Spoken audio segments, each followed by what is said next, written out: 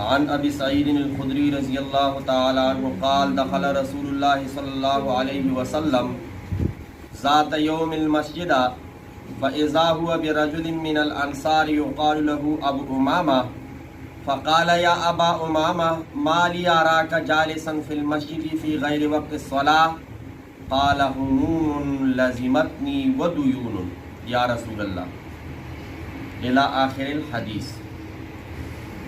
ابو سعید خدری رضی اللہ تعالیٰ عنہ فرماتے ہیں کہ ایک دن نبی علیہ الصلوۃ والسلام مسجد میں تشریف لائے، فَإِذَا هُوَ بِرَجُلٍ مِّنَ الْأَنصَارِ، تو ایک آدمی جس کا نام ابو امامہ تھا یا اس کو ابو امامہ کہا جاتا تھا انصار میں سے، وہ مسجد میں بیٹھا ہوا تھا۔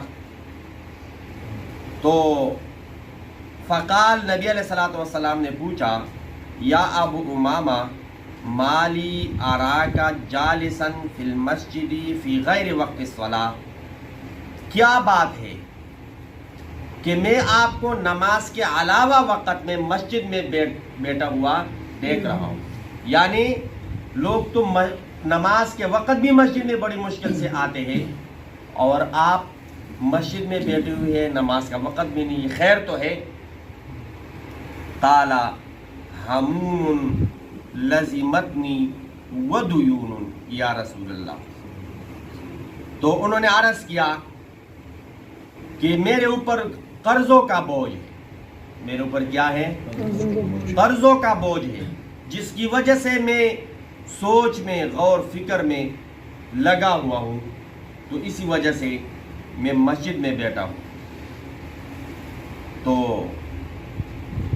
قال، نبی علیہ الصلوۃ والسلام نے فرمایا، افلا اعلمک کلاما اذا قلته اذهب اللہ ہمک وقضى عنک دینک، کیا میں آپ کو ایک ایسا کلمے نہ سکھاؤں یا ایسے جملے نہ سکھاؤں جس کو پڑھ کر اللہ رب العزت آپ کے غم کو اور آپ کے قرض کو دور کر دیں؟ اللہ رب العزت آپ کے غموں کو دور کریں گے اور قرض کو کیا کریں گے؟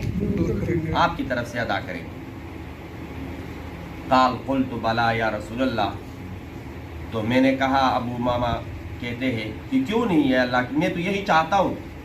قال، نبی علیہ الصلوۃ والسلام نے فرمایا، قل، کہو، اذا اصبحت، صبح کے وقت، و اذا امسیت، اور شام کے وقت، اللہم انی اعوذ بک من الہم والحزن، اے اللہ میں آپ کی پناہ میں آتا ہوں ہر قسم کے فکر اور غم سے، وَأَعُوذُ بِكَ مِنَ الْعَجْزِ وَالْكَسَلِ، اور ہر قسم کی کمزوری سے اور سستی سے، ہر قسم کی کمزوری سے اور سستی سے۔ آپ لوگوں نے دیکھا ہوگا، ایک بندہ کہتے میں نماز پڑھتا ہوں، ابھی پڑھتا ہوں، اسی میں وہ ٹائم ہی نکل جاتا ہے، تو سستی، کوئی کام ہی نہیں ہوتا۔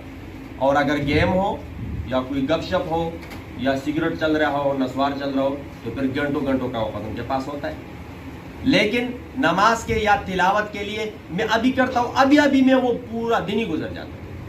تو اللہ رب العزت ہمیں بھی ہم سے سستی اور یہ کمزوری دور کر دے۔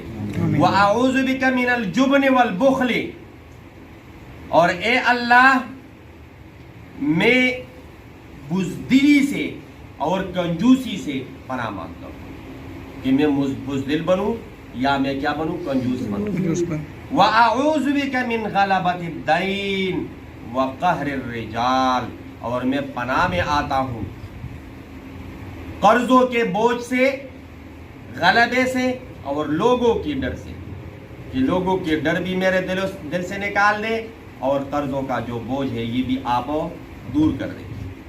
قال، ابو امامہ کہتے ہیں، فَفَعَلْتُ ذَلِكَ، میں نے ایسا کرنا شروع کیا، صبح کے وقت بھی یہ کلمات پڑھتے رہے، شام کے وقت بھی۔ فَأَذْهَبَ اللَّهُ هَمِّي، اللہ رب العزت نے میرے غم کو دور کر دیا، اللہ رب العزت نے میرے غم کو دور کر دیا۔ وَقَضَى دَيْنِي، اور میرا قرض بھی ایسے جگہ سے ادا ہو گیا مجھے پتہ ہی نہیں چلا۔ سبحان اللہ، کیوں؟ سبب کے محتاج ہم ہیں، اللہ نہیں۔ بے شک اللہ رب العزت سبب خود بناتے ہیں ہمارے لیے، وسائل خود بناتے ہیں ہمارے لیے، اور اس کا قرض کیوں ادا نہ ہوتا؟ کیونکہ وہ کلمات کس نے سکھائے؟ نبی کریم صلی اللہ علیہ وسلم نے سکھایا. اور نبی علیہ الصلوۃ والسلام وما ينطق ان هو الا وحی یوحی، وہ وحی کے بغیر کچھ بھی نہیں بولتا. بے شک. تو یہ اللہ کی طرف سے تھا کہ یہ کلمے ان کو سکھاؤ، اور اس نے وہ کلمے سیکھے، اس نے پھر وہ پڑھے، اور اس کی وجہ سے اللہ رب العزت نے اس کے قرضے کو اور اس کے غموں کو کیا کر دیا؟